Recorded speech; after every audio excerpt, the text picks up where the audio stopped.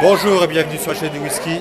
Aujourd'hui nous sommes à Le Noir en Caroline du Nord et nous avons un festival, un concours en même temps, hein, c'est le Blue Ridge Spirit Competition et nous avons tout un patchwork d'exposants.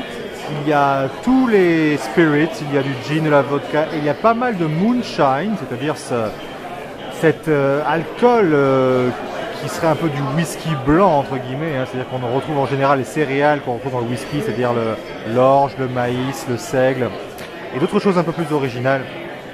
Et voilà, donc c'est un festival, donc le public est admis et on peut aussi voter pour le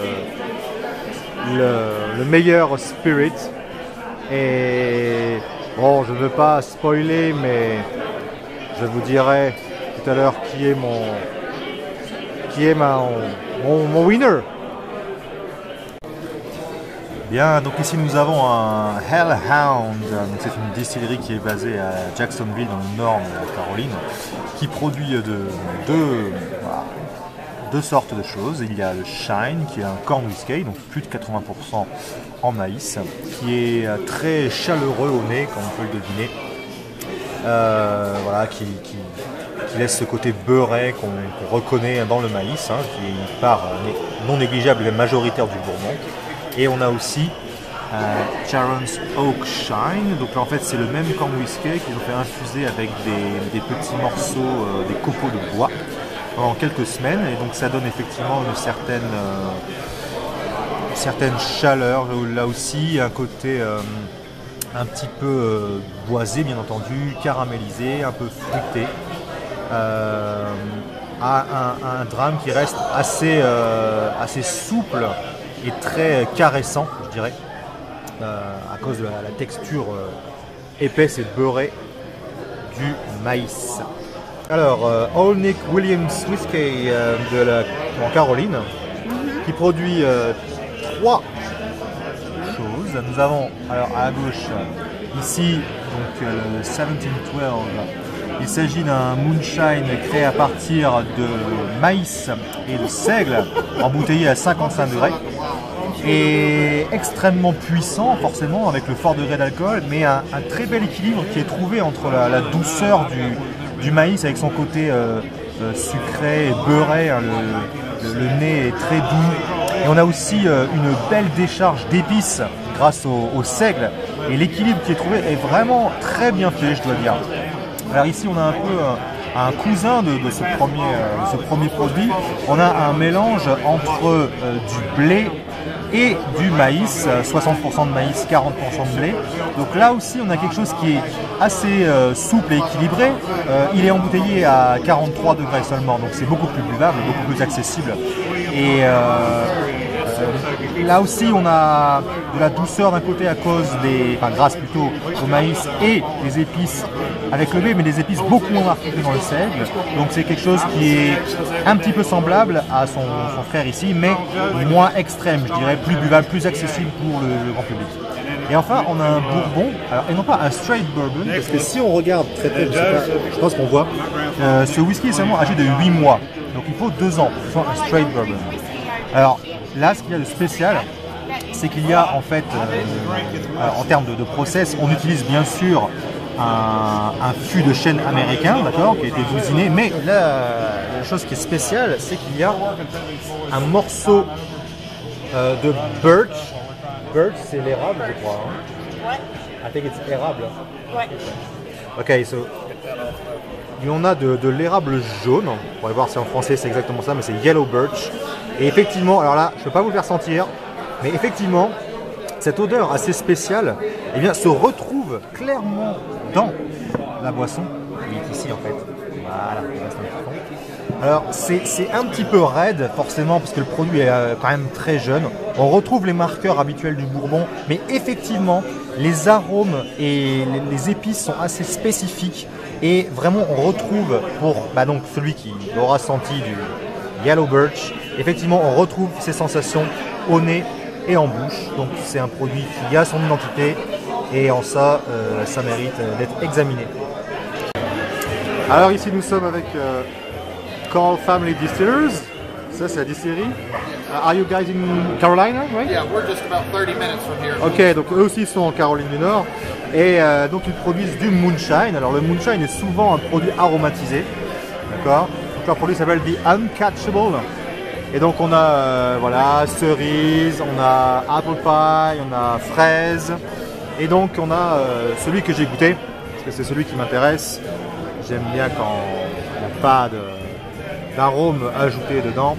Donc on a un Sour Mash Moonshine. Donc c'est un alcool blanc qui a été produit à partir de plusieurs céréales. Il y a du blé, il y a du malt et il y a du maïs. Et il y a aussi du sucre. Hein. Donc là aussi on utilise un petit peu de sucre pour la fermentation. Et voilà le breuvage. On a un nez vraiment très intéressant. Très doux grâce au maïs, mais aussi très végétal. Un peu d'épices, très végétal avec de la menthe notamment qui ressort. Assez intéressant. Avec un peu de temps, ça tourne un peu, ça change un petit peu. C'est moins agréable dans un deuxième temps. Le premier est vraiment très végétal. Là, ça sent un petit peu la vieille chaussette. C'est un petit peu spécial. C'est peut-être pour ça qu'ils utilisent aussi des arômes hein, pour cacher ces arômes qui ne sont pas forcément super sympas. Mais c'est intéressant quand même. En tout cas, le premier nez est vraiment intéressant. Alors avec nos amis de Mother Earth, toujours en Caroline, puisque là nous sommes dans un festival local finalement, qui produit du whisky, alors single malt, donc 100% orge maltée, embouteillé à 40 degrés. On utilise des fûts de chêne américain neuf, donc on a quelque chose d'assez épicé au nez, épicé mais quand même avec une certaine douceur. En bouche, on a quelque chose d'assez sympathique, assez fruité, avec beaucoup d'ester. Ça évoque les fruits exotiques, les bonbons, un petit peu la noix de coco. Les épices sont bien présentes également. La finale révèle quand même la jeunesse du produit, seulement un an en fût. Même si les fûts sont petits, me disait le monsieur, donc a priori on a une forte interaction entre le bois et le spirit. On a un produit qui est jeune mais déjà intéressant et qui promet. Il faudrait suivre un petit peu ce qu'ils font à l'avenir. Et au passage, vous remarquez qu'ils font aussi du gin.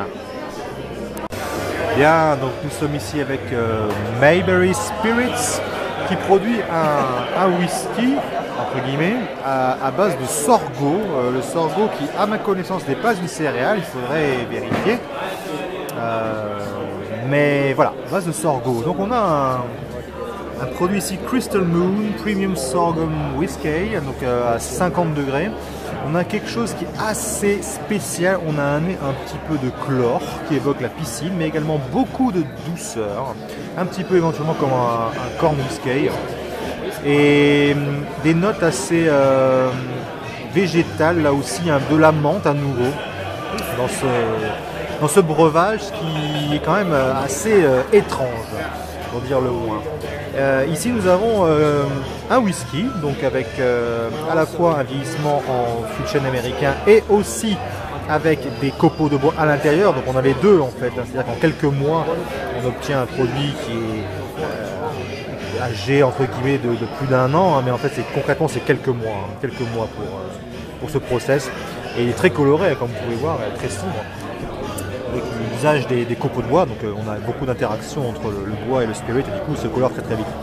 On a un whisky qui est un peu étrange, qui n'évoque pas le bourbon du tout, forcément, puisqu'il n'y a pas de maïs, il n'y a pas non plus vraiment d'épices, il évoque un peu le chocolat en bouche, on a des notes vineuses assez étrangement, c'est relativement neutre. Et on a aussi pas mal de vanille déjà, ça c'est un marqueur typique du chêne américain. Et puis on a le dernier qui est le même produit en fait, sauf qu'il est embouteillé à 45 degrés, donc un peu moins, et il est infusé avec de la vanille, des extraits de vanille. Donc là c'est pas compliqué, c'est vanille au nez, vanille en bouche et vanille dans la finale, bien qu'on a quand même une parenthèse boisée en bouche. Mais paradoxalement c'est le meilleur des trois, c'est le plus buvable, le plus accessible et le plus intéressant. Yeah, donc on a Copper Barrel Distillery qui fait aussi du moonshine, lui aussi à partir de maïs et de seigle. Donc il ressemble un petit peu à son confrère d'en face, mais donc avec cet équilibre entre le maïs et les épices, mais je dois dire avec un petit peu plus de douceur au nez et de rondeur en bouche. Celui-ci est embouteillé à 48 degrés, donc il est un petit peu moins fort que l'autre. C'est peut-être aussi pour ça qu'il est un peu plus buvable. Il est aussi très souple, avec une finale assez propre. J'aurais tendance à dire que l'autre est meilleur parce qu'il est plus extrême, mais celui-ci est définitivement plus buvable. Et bien sûr, ils font aussi une série de moonshine aromatisés, mais ça m'intéresse un petit peu moins. Donc après avoir goûté tout ce qui ressemble de près ou de loin à du whisky, pour moi, le meilleur produit de ce festival, c'est celui-ci, le 1712, embouteillé à 110, c'est-à-dire à 55 degrés. Le meilleur compromis entre force, douceur et côté épicé.